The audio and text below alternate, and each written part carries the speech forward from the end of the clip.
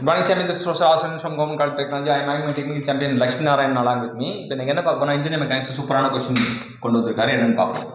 The friction of a body is high and the coefficient of friction is கேட்டுருக்காங்க sir. So வந்து friction of பாடிக்கும் coefficient of ஃப்ரிக்ஷனுக்கும் உள்ள தொடர்பு என்ன அப்படின்றது தான் கேள்வி. ஃப்ரிக்ஷன் ஆஃப் பாடிக்கும் கோஎஃபிஷியன்ட் ஆஃப் ஃப்ரிக்ஷன் நமக்கு தெரியும். As per law of friction வந்து frictional force is directly proportional to normal reaction அப்படின்னு தெரியும்.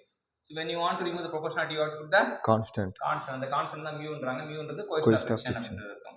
So mu equal to F by R அப்படின்றது இதுனா அந்த மியூனா டேன் பை அப்படின்னு தெரிஞ்சுக்கலாம். இப்போ நமக்கு என்னன்னா மியூ வந்து ஃப்ரிக்ஷன் வந்து ஐயா இருக்குன்னு சொல்லிட்டாங்க. ஃப்ரிக்ஷன் ஐயா இருந்தால் மியூ எப்படி இருக்கும் அப்படின்றாங்க. ஃப்ரிக்ஷனும் இதுவும் வந்து டைரக்டாக போர்ஷனில் ஃப்ரிக்ஷன் ஐயா இருந்தால் கண்டிப்பாக மியூவும் ஹையா இருக்கும், ஐயா தான் இருக்கும். லோவாக இருக்குமா, ஆவரேஜ் இருக்குமா, ஐயா இருக்குமா, ஜீரோவாக இருக்குமா அப்படின்றது.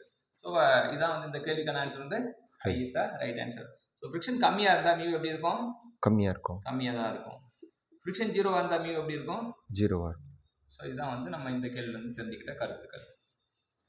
ஸோ ஃப்ரிக்ஷன் எவ்வளியே, கோஎஃபிஷியன்ட் ஆஃப் ஃப்ரிக்ஷன் அவ்வளியே. இன்னைக்கு தீர்ப்பு என்னன்னா ஃப்ரிக்ஷன் எவ்வளியே, கோஎஃபிஷியன்ட் ஆஃப் ஃப்ரிக்ஷனும் அவ்வளியே. ரெண்டும் வந்து ஒரே மாதிரி தான் பிஹேவ் பண்ணணும்னு கற்றுக்குறோம். ஸோ கற்றுக் கொடுத்த லட்சுமி நாராயணுக்கு தேங்க்யூ சொல்லுவோம். தேங்க்யூ.